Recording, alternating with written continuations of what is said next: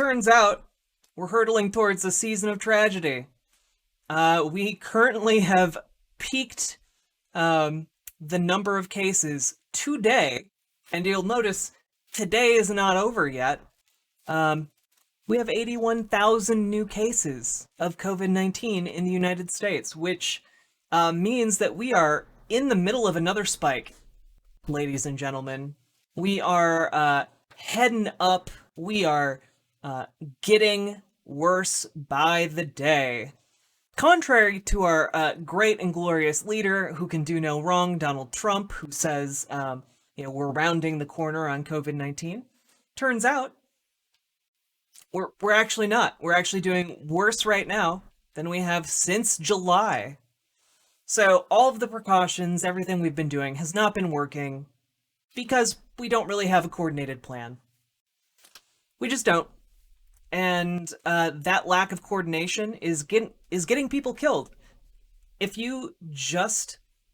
Well, Foidoy, the survival rate in the United States is actually lower than 99%. Let's, you know what, for the sake of argument, I'll pull up the survival rate of COVID-19 in the US.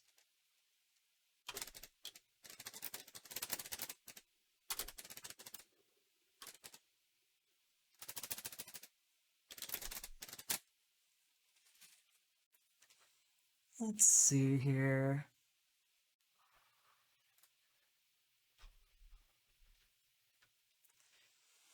It's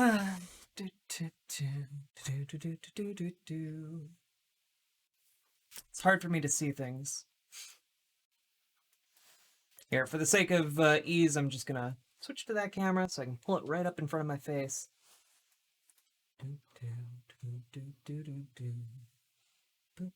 This isn't helpful for me. There we go. Here we go.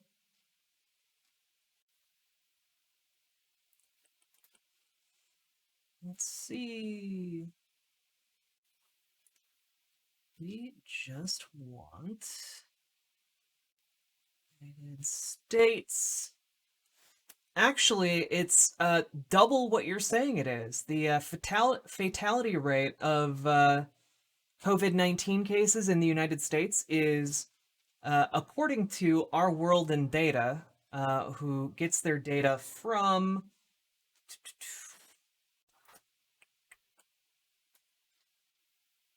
Let's see, where are they getting the data from?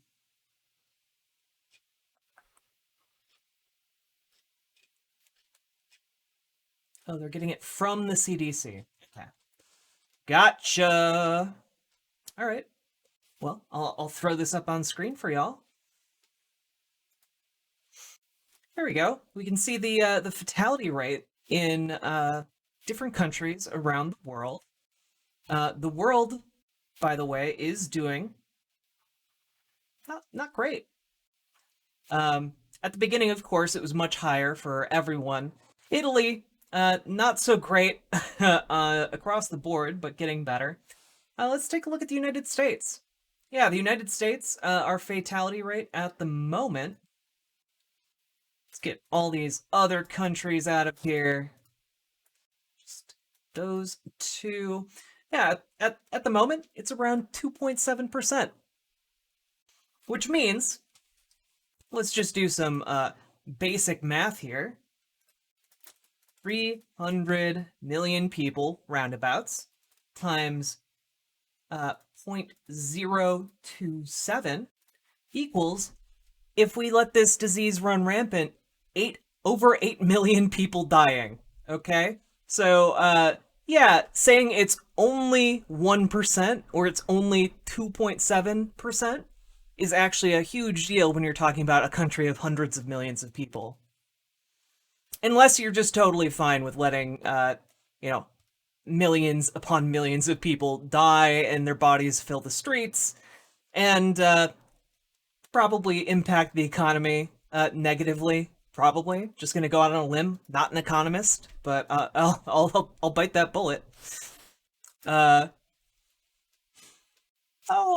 Jack of Daw, thank you for the subscription. I appreciate it very much, comrade. Open up the U.S. and throw the masks away. Foidoy, you realize that like what would your plan be if I were president? I would mandate masks. We would have a countrywide lockdown for about maybe a month to get the pandemic under control, and then we could resume life as normal. There would also be sweeping programs to ensure that people who are out of work during that time are supported. Businesses can meet their financial obligations, etc. And then after that, we can resume. And you know what? You know what actually is good about that plan? You don't have 8 million dead people. That's what's good about that plan. You also don't have hundreds of thousands of dead people on top of what we already have. Yeah, then it just goes away for the most part. You can get it under control if you have a coordinated federal nationwide shutdown. That's part of the problem, you realize, because like if you have statewide shutdowns, people just go to different states that aren't shut down. That's the problem. Then it just continues to spread. So if you have states opening early or closing at different times, then you're just like having like this weird shuffle game. And it results in, so far, over 200,000 people dying. And the continuation of the pandemic. So you need to get it under control. No, the flu is 100% not worse. The worst case scenario for a flu season is around 120,000 people dying. And I might be overestimating that. Let's take a look at this, okay? I don't know why I had my Twitch stream up on the screen. Sorry about that, people. Flu season deaths. Oh, sorry. When I said 120,000 people from dying from the flu, that's actually me doubling the worst case scenario for the average flu season. Or sorry, we're doubling the worst case scenario for a flu season. So on average, between 24,000 and 62,000 people die from the flu every year. This year, we're going to have that number of people dying, plus whatever we get from COVID-19. So, yeah, not an ideal situation. No, how, okay, you realize, like, the data that you use about the average flu season comes from the CDC, right? And the CDC is also saying that COVID-19 is exponentially worse than the flu. Like, the mortality rate of the flu is far lower than COVID-19. Like, like exponentially lower. It's really it's not hard to figure this out.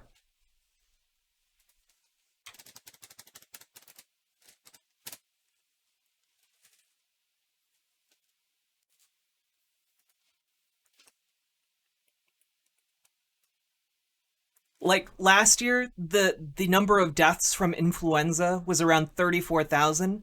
We're by the end of the year, we're on course to hit 10 times that from COVID-19.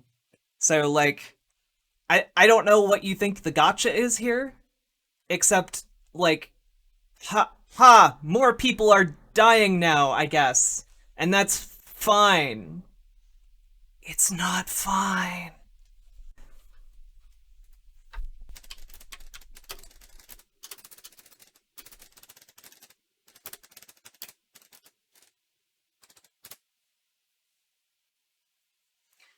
Like you realize that like in World War II, 400,000 some Americans died over the course of the entire conflict.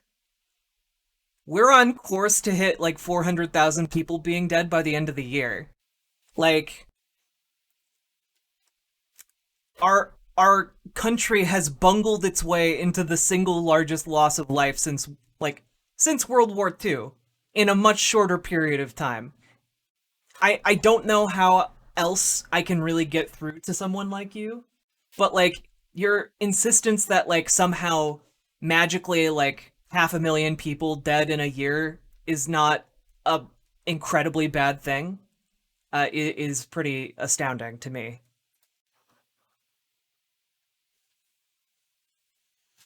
19 people who think that slavery was the start of America for some reason. These nuts, I don't know what you're talking about. It would be worse under Biden. Foydoy, I want you to name specifically what Biden would do to make our country worse. What part of his positions would make our country worse under a COVID-19 pandemic? Because so far, your position has been, lol, the flu is worse, and lol, the flu is not worse.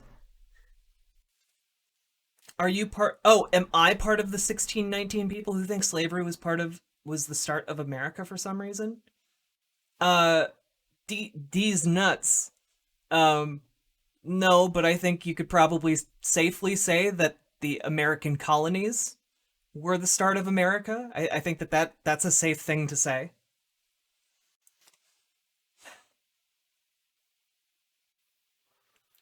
Must not be very educated. 1619, pretty famous talking point on the left and right. BLM activists are saying 1619 was the start of America.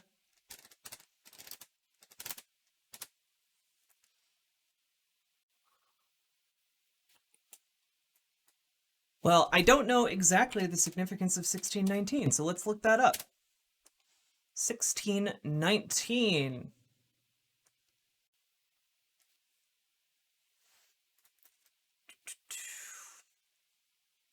Well, okay. The 1619 project. Gotcha. I wasn't making the connection. Uh, the reason the 1619 project is called the 1619 project is not correlating the creation of America to 1619.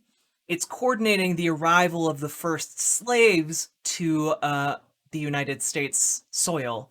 So, like, it's the entire point of the 1619 project is to give an account of history from an under like an under how do I say this, the words, from an undertold minority. So like you realize, like, when people are taught history, largely like history is a collection of perspectives of different people. Like there's a reason people say history is written by the winners. That's because the narrative looks very different when you tell historical accounts from different perspectives. So that's why the narrative of America, it's necessary to understand what the actual story of America is by understanding the perspectives of all of the other minority people who were living here, be they like Native Americans, be they African Americans who were enslaved and brought here against their will. Yeah, the story of the United States looks very different depending on whose perspective you're telling. And I think that that's an important thing for people to learn. It's not coordinated with the creation of America.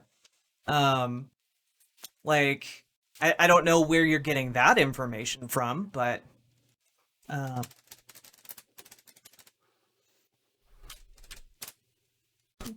mm,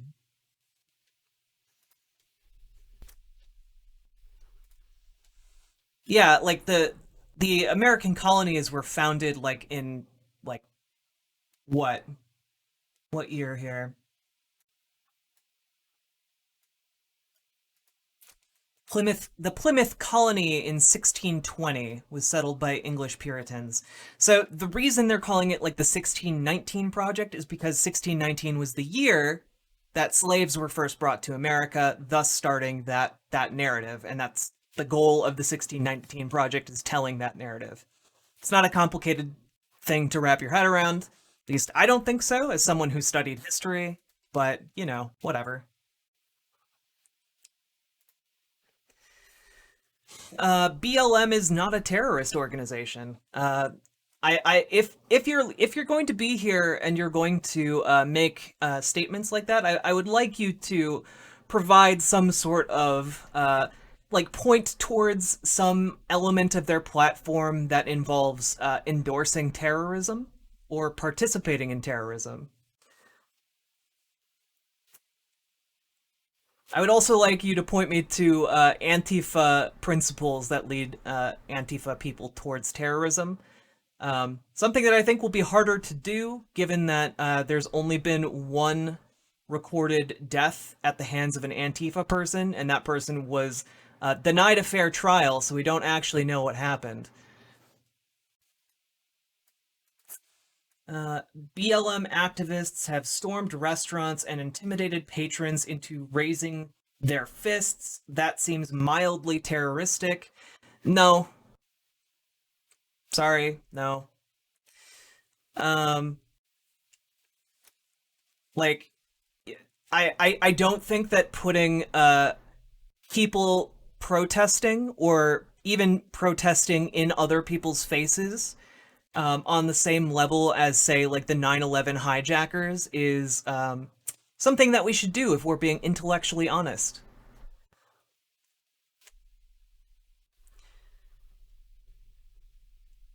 Well, the federal government disagrees. The federal government, by the way, agrees that Antifa has only participated in one recorded incident that led to somebody's death, which you can't say the same about the people they protest against. If you don't find it terroristic, of course. Well, I wait. Okay, so you can give me your address so I can storm your house and tell you to do the roly poly. What is the roly poly? Um, these nuts. I don't know what you are on at the moment, but if you want to come and find me, um, you're more than welcome to try and do so. However, I would caution you against trying to break the law and invading my property, as that might result in your serious bodily injury and/or death. Um,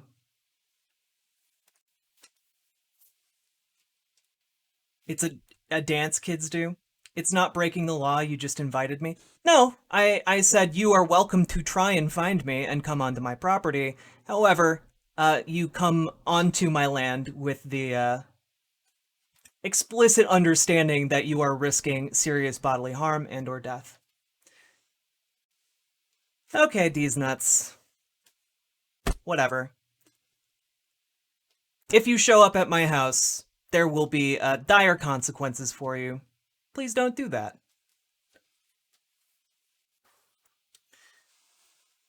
Sounds like an invitation to me. Remember, if I show up with 20 people, it's not terroristic. Well, okay, these nuts in your hypothetical where BLM activists come into a restaurant, are they breaking into the restaurant? Are they violently breaking into the restaurant to destroy property and or intimidate the owners? And what is their political goal by doing so? Because as we talked about last week, 97 to 98% of the BLM protests have been peaceful. And that's according to data, and I make arguments according to data, not according to my precious fee-fees, which apparently that's what you do.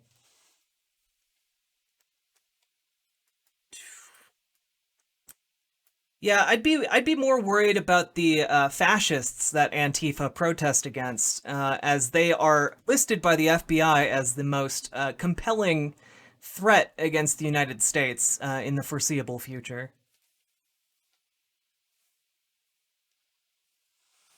Oh yeah, those fascists, those ever-present dangerous fascists. You realize, like, they they target police officers that and like kill them, right? Like Boogaloo Boys, like far right militia members. Like they're the ones killing police. And just today, as a matter of fact, the let's take a look here. Just today, it was found that far right extremists, aka just likely people who are aligned with you on the political spectrum, aka fascists, were more than happy to both instigate and participate in the destruction of a police precinct and frame it on Black Lives Matter. Isn't that interesting? Isn't that interesting?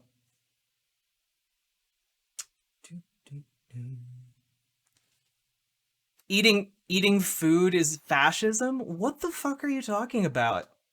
I'd like it if you would like relate your points to what I'm actually talking about instead of like nut job conspiracy theories. However, I know I can't expect the best from people of your persuasion.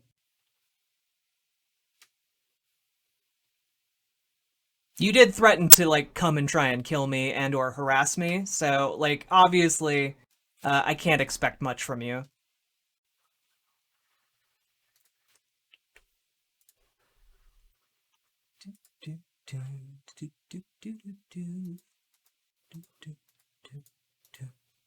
Where did I put this? I know I brought it up.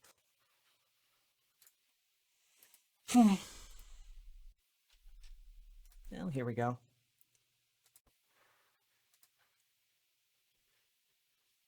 Oops, did not want to close that tab. There we go.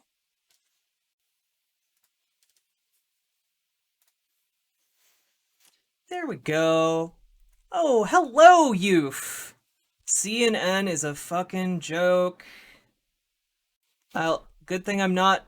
I don't frequently or really hardly ever read CNN. So I don't even have cable, fellas. But here's my local newspaper. Texas member of Boogaloo Boys charged with opening fire on Minneapolis police precinct during protests over George Floyd. Feds say Texas adherent of far-right group fired on precinct building, conspired with cop killer to ignite civil war. Weird how your fascist buddies over here are the ones instigating this violence. And acting as firebrands to make it better. Exactly, boss. Fuck fascism. And fuck all of you in chat who are defending these kinds of losers. Um, yeah. Let's see. A member of the Boogaloo Boys opened fire on the Minneapolis police 3rd Precinct with an AK-47 style gun and screamed "Justice for Floyd" as he ran away. According to a federal complaint made public on Friday, a sworn affidavit by the FBI underlying the complaint reveals new details about a far-right anti-government group's coordinated role in the violence that rolled through civil unrest over Floyd's death while in police custody. How is a Boogaloo Boy a far-right group?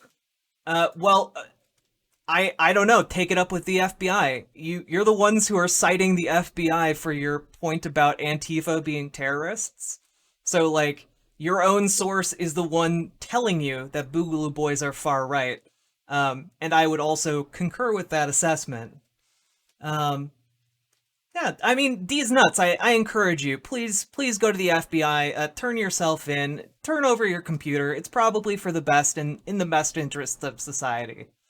Um, I would encourage you to do that. Yes. Yeah. No kidding, Gringo Nut. These far right fascists who come into chat and to argue are just really trying to inhale the copium. They're all, oh, Antifa are terrorists right up until the FBI is like, actually, the far right is the bigger threat and has instigated much of the violence in these protests. They're they're all FBI this and FBI that right up until the FBI is like, actually, I guess that the far right and white supremacists are behind a lot of these attacks. Whatever, whatever. It's fine.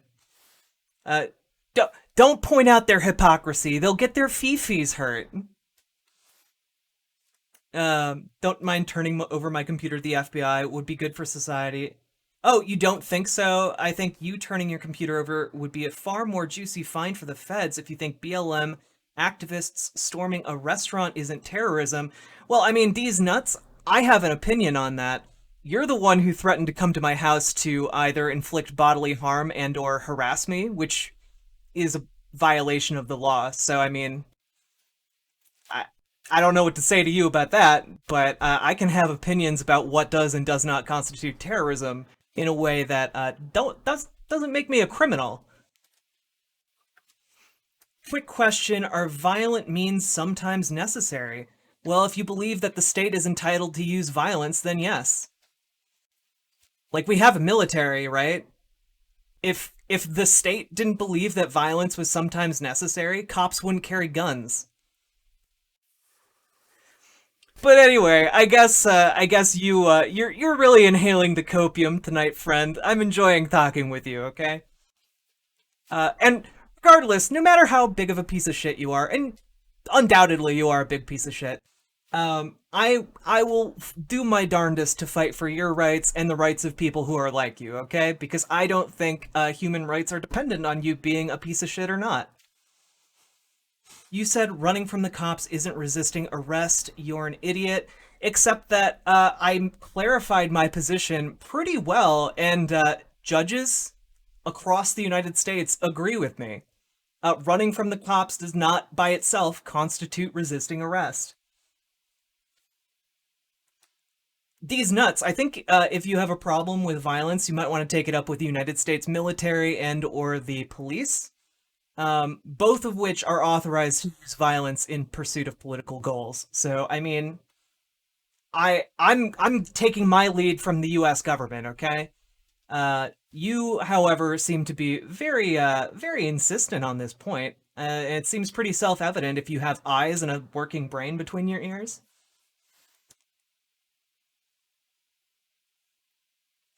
Yeah, if the cops are chasing you and have a legitimate suspicion that you have perpetrated illegal activity, that is resisting arrest. But running away from a cop by itself is not something that they can arrest you for. Like, if you're walking down a street and a cop turns in front of you and you start running the other way, that's not something a cop can arrest you for. Foydoy, I've put up with you for a while, but I'm giving you an official warning. If you continue being a big shit and not able to defend your points, you will be banned, okay? Technically, that is something they can absolutely arrest you for. How many times did you have this conversation? Well, look, I'm taking my lead from judges around the country who have ruled that running away from cops does not by itself constitute resisting arrest. I I don't have time to go through all of this again because we went through it extensively just yesterday. Foydoy just is not capable of comprehending basics of, like, legal precedent, okay? Cops need evidence of suspicious behavior. Running from the cops is the definition of suspicious behavior used in legal textbooks they teach in the first year of law school. Well, here's the thing. They can't be suspicious of you if you are running away from them. That is just by itself not enough to arrest someone. If unless you are actively being detained by cops, and then you run, that constitutes resisting arrest. However, running away from cops by itself does not constitute resisting arrest. They have to be in the act of arresting you in order to say you're resisting arrest if you're running away from them.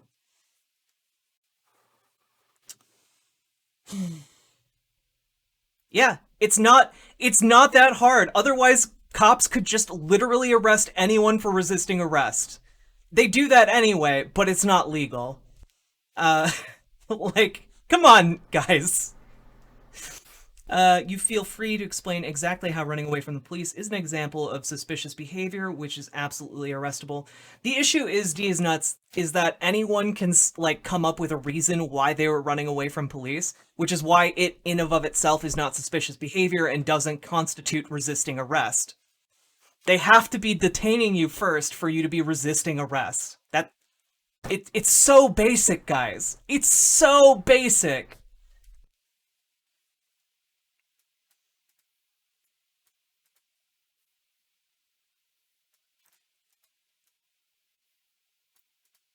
No, they can't.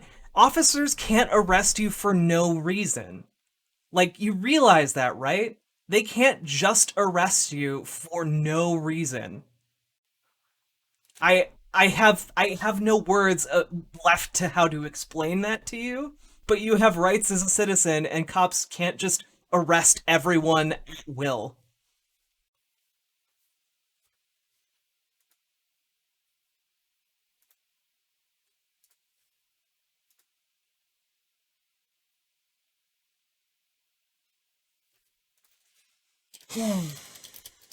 God.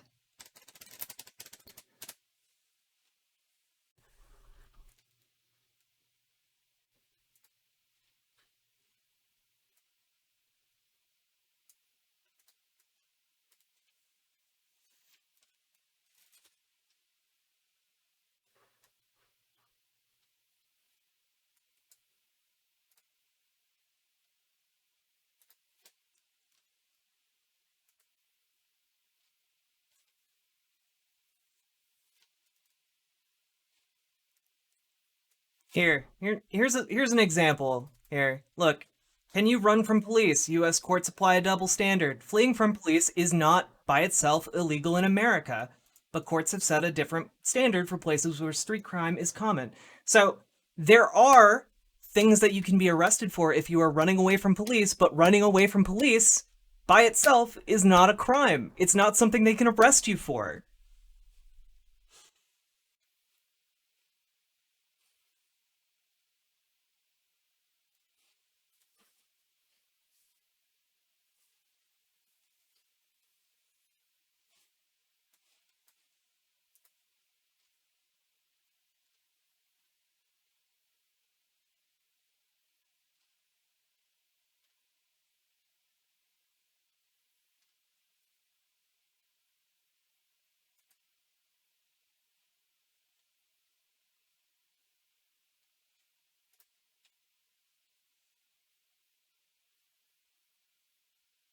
Here's another thing. Does running from police warrant suspicion? High crime neighborhoods in Baltimore, which happen to be predominantly black and poor, are policed differently from white upper class neighborhoods, and to some degree that's legal. In 2000, the U.S. Supreme Court decided in Illinois versus Wardlow that if a person in a high crime neighborhood runs in unprovoked flight from a police officer, then reasonable suspicion has been met. The officer has the right to chase, stop, and frisk. In other words, officers are expected to follow their hunches. Fast forward to today, and foot pursuits have become a common sight on the streets of many inner cities, with sometimes deadly results. But in September, the Massachusetts Supreme Judicial Court put the Wardlow decision into context. The court said that yes, environment should be taken into account, but not solely through the lens the Supreme Court used when it decided Wardlow.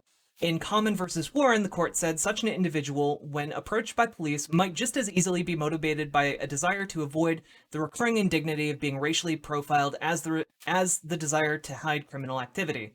The court also said a police officer is not justified in making a stop if his or her evidence is based solely on the fact that the person is running in a high crime neighborhood. Evasive conduct in the absence of any other information, the judges wrote, is insufficient to support reasonable suspicion. Renee Hutchins, a law professor at the University of Maryland, says this decision ripped the curtain back to look at what some police officers have been doing to large numbers of black and brown men and women. Some of it is legally justified by Wardlow. The U.S. Massachusetts judges cited the 2015 report by the ACLU and Boston Police Department data. Both reports show that black people in the city were disproportionately and repeatedly targeted by police. The ACLU report found that between 2007 and 2010, 63% of police encounters were with black people, even though the city's population is about 25% black at the time. However, after the court's ruling, Boston Police Commissioner William Evans told local public radio, "We do a superb job out there.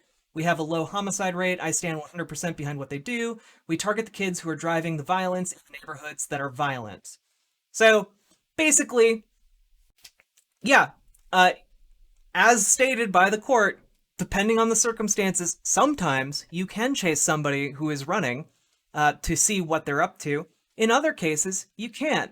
And there's a legal gray area here, but running by itself does not constitute resisting arrest for police officers to arrest you for.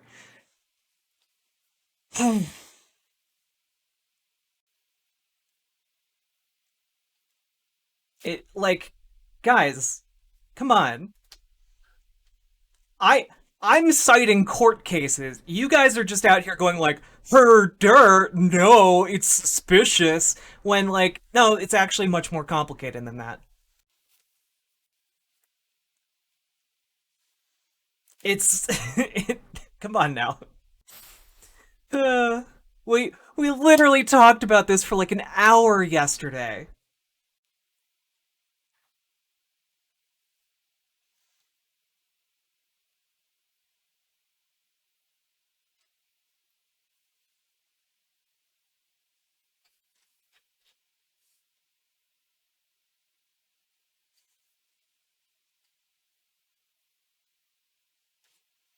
Oh yeah, wasn't there a court case of a guy sentencing a black guy with insufficient evidence and him speaking in court about the inferiority of black people not 40 years ago?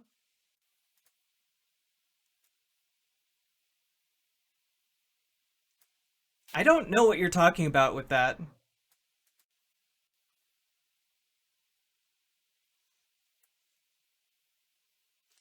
I do not labor under the yoke of ignorance like yourself. It's a big country, doll. There's a lot of court cases out there. Can't expect them all to be winners. Yeah, but it's a state Supreme Court clarifying the Supreme Court's decision. And so, like, your contention that just running away from cops is not, by the way, supported even by the Supreme Court ruling that allows them, in some cases, to regard that as suspicion and not in other cases. Like, so the Supreme Court actually agrees more with my position, and a state Supreme Court further clarified that decision and has not been challenged farther up the ladder, which means its decision still stands. And I don't know, it seems pretty straightforward to me. You gotta have something else suspicious on you in order to pursue someone.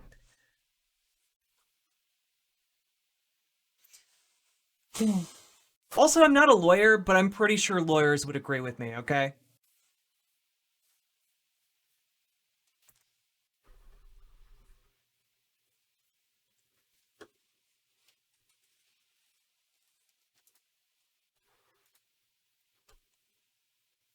Well, if 49 others agree that cops can just willy-nilly pursue people and arrest them for seeming to run away from cops, should be pretty easy for you to like cite a court case.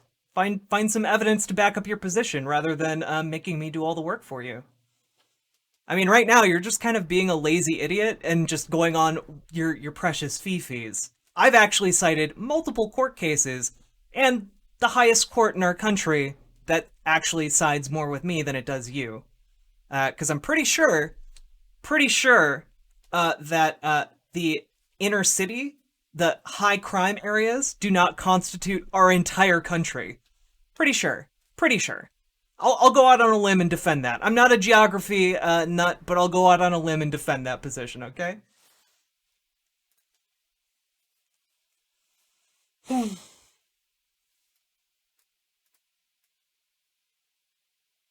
Oh, well, I'm glad your wife is a lawyer. You'll need that when you show up to my property and I like there's some kind of altercation. Cuz you will almost certainly be in need of a lawyer. Hope she's good. Did you tell your wife, by the way, that you wanted to go to a stranger's home and bring 20 other individuals with you to harass someone and or commit violence? Did you tell your wife that? If so, I find that very fascinating. It was not an invitation, by the way. I will clarify, it was definitely not an invitation. If you come here, it will be completely without my permission. So, just to clarify that, if you do come here, it's not with any kind of permission on my part. Oh, well, I mean, if that was your interpretation of it, here's a very clear cut interpretation of a clarification for you. Do not come to my fucking house. There we go. Boom.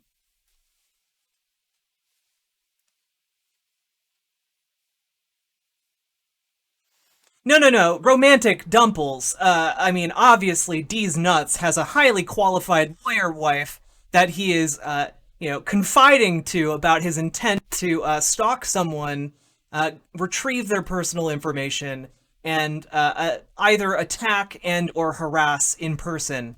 So, I mean, hopefully it goes okay for them, you know? Wish them the best.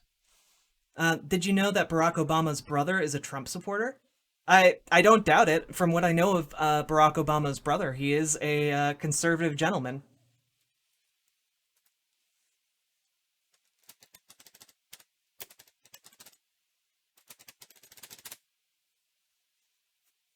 yeah, Malik Obama.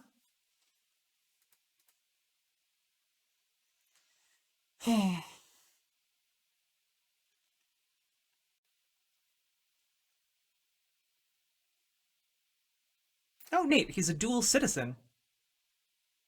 That's always based.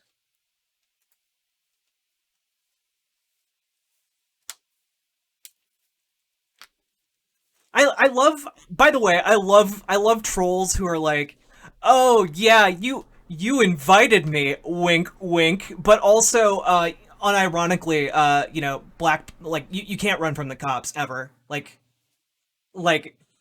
I am willing to split hairs about this, but also blanket statement, you can't run from cops ever. Despite the fact that the Supreme Court literally says that there are some instances where you can run away from cops. It depends on the environmental factors. Um, Also, again, this started with BLM is a terrorist organization. Look at all the violence they do. And then, oh, whoops, turns out a lot of the violence against the state was perpetrated by far right extremists. I'm just giving you your just desserts. Call me a social justice warrior. What's wrong, babyface? Don't like it when the shoe's on the other foot? Literally don't give a shit. You're a spineless coward who isn't gonna do jack or shit. And frankly, I find you like kind of pitiable and sad. So like, I don't give a shit. You say BLM activists intimidating restaurant patrons is fine and dandy. I didn't say it was fine and dandy. I said it's not terrorism. You're the one putting it on the same level as like 9/11 hijackers. It's not. It's not the same. Like your argument could literally be made against like the civil rights movement in the 1960s where like black people ate at the whites only counter. Like that's the level of argumentation you're at, my friend.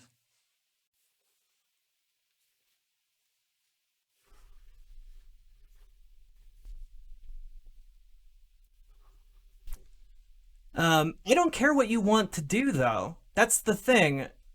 You're not welcome on my property, and again, you're a spineless coward who's not gonna do jack shit. So fuck you, I guess, and bye. Because I'm banning you now because you're trying to threaten me. Bye. I'll continue to fight for your rights, comrade. What a piece of shit. Yeah, yeah, like I give a shit about what he wants. My wife is a lawyer. My uncle at Nintendo is also a judge. My lawyer wife thinks that everything that I'm saying threatening a stranger on the internet is totally above board and legal. Holy shit. I really shouldn't give these people the time of day, but I enjoy talking with them because they're all just so unimaginably, like, uncreative.